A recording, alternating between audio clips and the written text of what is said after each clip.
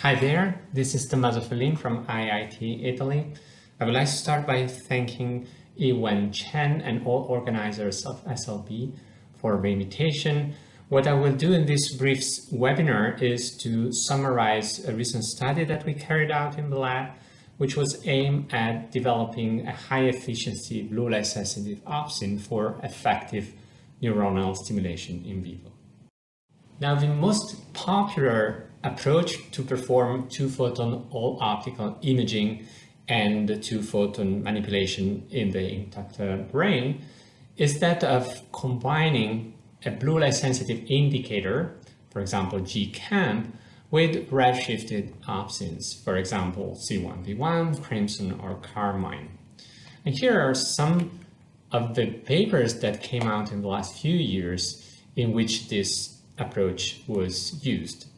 Now, the combination of a blue light sensitive indicator and a redshifted opsin works well, but it also suffers from some limitations under certain experimental conditions.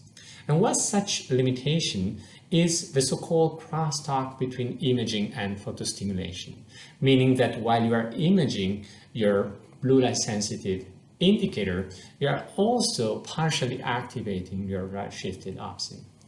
This was nicely shown by Pecker and Heusser back in their 2015 paper, in which they recorded from a C1V1 expressing neuron using glass pipette in the justasomal electrophysiological configuration, and then they scanned the field of view to image GCAMP at 920 nanometer, the peak wavelength of the two-photon absorption spectrum of the indicator.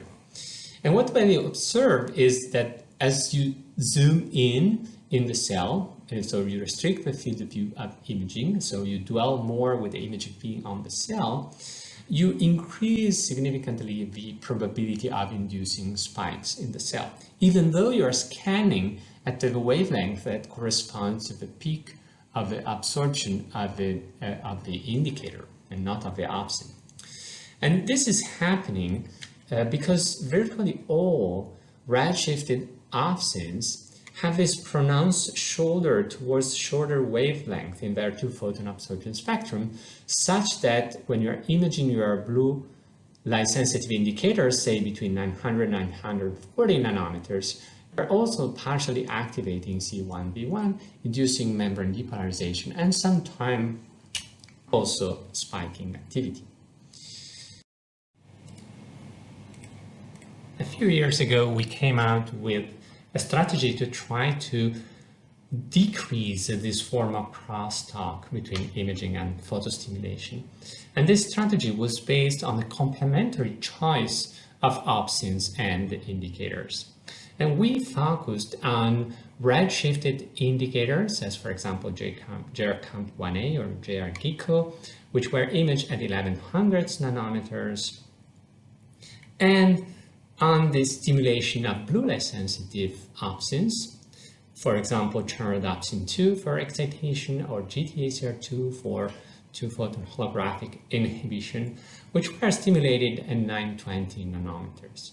And the rationale behind this complementary choice of opsin and indicator was based on the observation that the two-photon absorption spectrum of blue light sensitive opsins is asymmetric, and the slope of the rightmost portion of the spectrum is steeper than the slope of the leftmost part of the spectrum, such that when you're imaging your redshift indicator at 1100 nanometers, the probability of activating the blue light sensitive opsin is low. Now, one limitation of the study we carried out a few years ago is the fact that we used for excitation chernodopsin 2, which has a limited photocurrent, which implied that we had to use a few tens of milliwatt average power per cell in order to trigger reliable spiking in vivo in neurons that express chernodopsin 2. This is a limitation for at least two reasons. The first one, that the higher the average power you deliver per cell, the lower the total number of cells you can stimulate because you're limited by the total photon budget available by the laser. Second, the stimulation in the range of average power that we use may induce some temperature increase in the tissue, especially if multiple cells are stimulated at the same time, and these cells are placed in a small packed volume and they are contiguous one with the other. This was nicely studied by the Emiliani group again a few years ago. And so ideally one would like to have a larger conductance opsin that would allow reliable induction of spiking upon holographic stimulation with minimal average power delivery to the cell. The aim of the project was in fact that of improving the efficiency with which we could stimulate cells using blue light sensitive opsin in vivo. And to this end, we collaborated with Yoav Prince and Ofer Itzer at the Weizmann Institute of Science. And what they did was to focus on culture, which is a large conductance blue light sensitive opsin originally developed by the Boyden group. And what Yoav did was to target culture to the somatic compartment using the KV 2.1 targeting sequence and develop this construct that we call ST culture. What we did, we took this construct, express it in layer 2-3 neurons of the primary somatosensory cortex of mice in vivo, and we started characterizing neuronal responses to holographic stimulation, initially using an 80 megahertz repetition rate laser. So what you see here in red is a cell that expresses ST culture. This cell is also targeted by a justostomal electrophysiological recording. The gray shadow here is a glass pipette that touches the cell and recorded the spikes.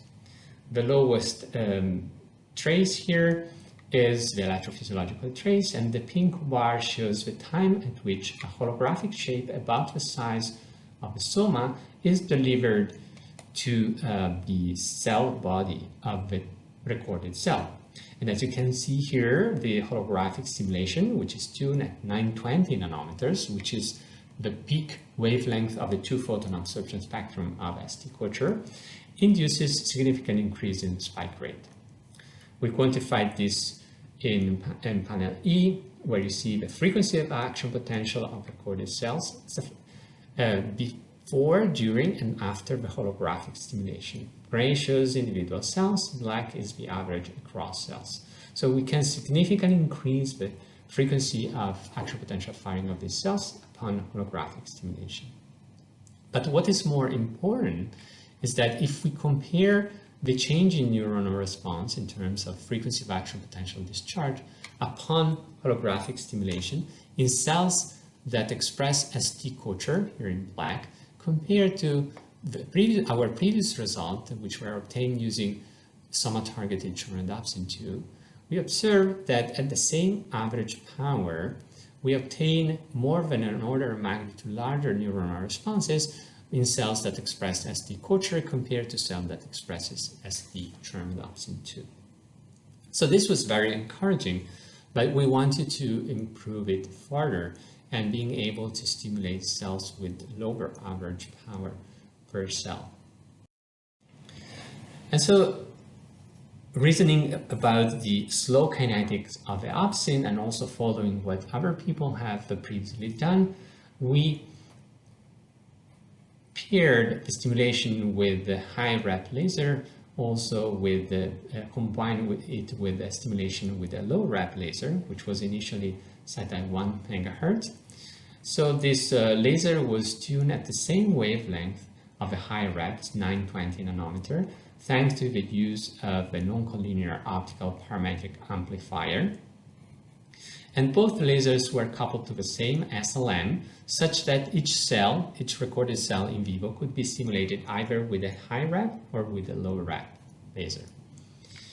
So here is an example of one such recording in vivo in which we stimulated the same cell with the 80 megahertz rep rate laser using 20 milliwatt average power, or with the low rep laser at 1 megahertz repetition rate with an average power of 1 milliwatt. So you see neuronal responses are similar, and we quantified the results by pulling the data from all cells together. Here, what you see is the change in the frequency of action potentials induced by the holographic stimulation as a function of the average power delivered per cell. In red are the results for the stimulation with the low rep laser, and in black for the high rep laser. And you see that basically using the low rep laser, we obtain similar range of neuronal responses using an order of magnitude lower average power per cell. So this was, again, very encouraging, and we researched whether we could improve it further by using repetition rates below 1 megahertz, again because of the slow kinetics of the opsins. And so to do this, we use the pulse peaking option of our laser source, which allows us to decrease the rep rate by peaking pulses and keeping the energy per pulse constant. In this way, the average power you deliver to the tissue decreases linearly with the rep rate. Now, in B, what you see is the same cell recorded in vivo with holographic stimulation using the laser source with a repetition rate of 1 megahertz, 500 kilohertz, 100 kilohertz. This is a plot in C which shows the action potential probability as a function of the rep rate or of equivalent power. And what you see is using 5 nanojoule per pulse energy. And what you see is that the action potential probability, so the probability of inducing the spiking, the discharge of an action potential in neurons upon holographic stimulation, decreases supralinearly with the equivalent power, suggesting that decreasing the rep rate below 1 megahertz could be advantageous to stimulate neurons with a lower average power per cell. And in fact, if we compare the results in terms of probability of inducing an action potential upon holographic stimulation, which we obtain stimulating with 1 megahertz rep rate, 1 nanojoule per pulse, which corresponds to an average power of 1 milliwatt, we found that these results were similar to the one that we induced in the same cells using 50 kilohertz rep rate, 5 nanojoule per pulse, which corresponds to 0.25 milliwatts. So neuronal responses were similar, but we could achieve that with 1/4 of the average power. This to say that by combining a large conductance blue light sensitive opsin, which was targeted to the soma, with the stimulation at the low repetition rate, tuned at the peak wavelength of the 2-photon absorption spectrum of the opsin, we could stimulate in vivo cells with a milliwatt, in the milliwatt range, or even lower under certain cases. So we then combine this high efficiency method for stimulating neurons in vivo with the imaging of red-shifted indicators, which were imaged at 1100 nanometers. So we co-express ST culture and GRCamp1A, again layer 2-free neurons of the primary somatosensory cortex of living mice, and they perform all optical imaging. So what you see here is GRCamp signals over time. And in these 6 neurons, they are stimulated during the vertical bars indicate holographic stimulation to these 6 neurons. And you see that every time we stimulate, there is corresponding increase in the GRCamp1A fluorescence due to the induced spiking activity in neurons.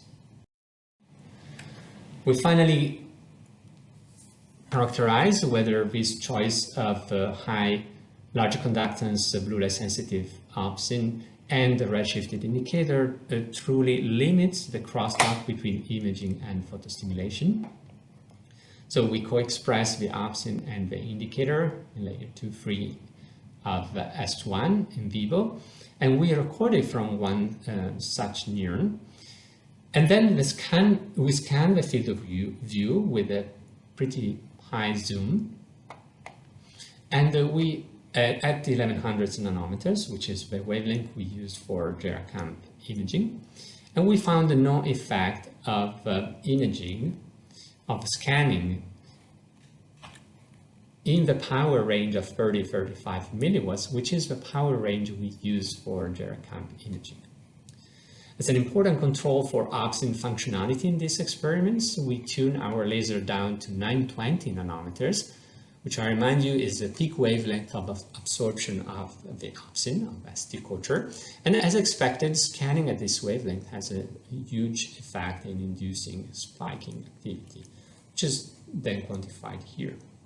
So to conclude, we characterize ST culture, which is a soma-targeted large conductance BLULA sensitive opsin, which allowed stimulation of individual neurons with high efficiency in vivo. We could stimulate individual cells with in a power range in the order of a few milliwatts and even lower under certain experimental conditions. Scanning at 1100 nanometers did not induce supraphrenial activation in neurons that express ST culture, demonstrating that the use of this large conductance opsin and redshifted imaging limits the crosstalk between imaging and photostimulation. And then we combine the use of ST culture with Gyracamp 1A to perform simultaneous to-photon imaging and to-photon high-efficiency manipulation of brain networks in the mouse brain in vivo. I'd like to conclude by thanking the two people that carried out the study in my lab, Angelo Forli and Matteo Pisoni, our collaborators which developed the construct, Joachim Prinz and Ofer Itzer at Weizmann Institute, acknowledge of granting agencies for support. I'd like to remind that we are currently hiring, so if you are interested in the work we do, please write me a line. And I would like to conclude by thanking again Yiwen Chen for the invitation and all the organizers. And I look forward to going back and attending meeting in person. So with this, that's it. Thank you very much and take care.